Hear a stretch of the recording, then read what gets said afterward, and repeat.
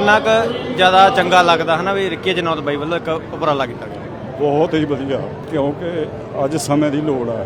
ਦੇਖੋ ਇਹ ਸਮਝਣ ਦੀ ਗੱਲ ਹੁੰਦੀ ਹੈ, ਅੱਜ ਦੇ ਸਮੇਂ ਦੇ ਵਿੱਚ ਖਾਸ ਕਰਕੇ ਗਰੀਬ ਆਦਮੀ ਰੁਲ ਰਿਹਾ, ਔਰ ਜਿਹੜਾ ਇਹ ਉਪਰਾਲਾ ਕੀਤਾ ਗਿਆ ਜਿਨ੍ਹਾਂ ਨੇ ਵੀ ਕੀਤਾ, ਰਿੱਕੀ ਜਨੌਦ ਜੀ ਨੇ ਜਾਂ ਹੋਰ ਉਹਨਾਂ ਦੇ ਜਿਹੜੇ ਸਹਿਯੋਗੀ ਨੇ, ਤੇ ਮੈਂ ਉਹਨਾਂ ਦਾ ਹਮੇਸ਼ਾ ਰਿਣੀ ਰਹੂੰਗਾ।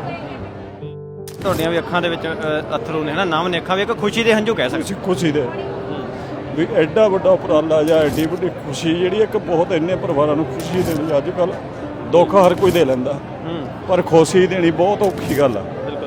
ਤੇ ਉਹ ਜੋ ਕਿ ਅੱਜ ਇੱਥੇ ਇੰਨੇ ਪਰਿਵਾਰਾਂ ਨੂੰ, ਇੰਨੇ ਪਬਲਿਕ ਨੂੰ ਖੁਸ਼ੀ ਮਿਲ ਰਹੀ ਆ, ਇਹ ਸਾਰੇ ਖੁਸ਼ੀ ਦੇ ਆਂਸੂ ਨੇ। ਤੇ ਮੈਂ ਇੱਕ ਵਾਰੀ ਫੇਰ ਸਾਰਿਆਂ ਦਾ ਧੰਨਵਾਦ ਕਰਦਾ।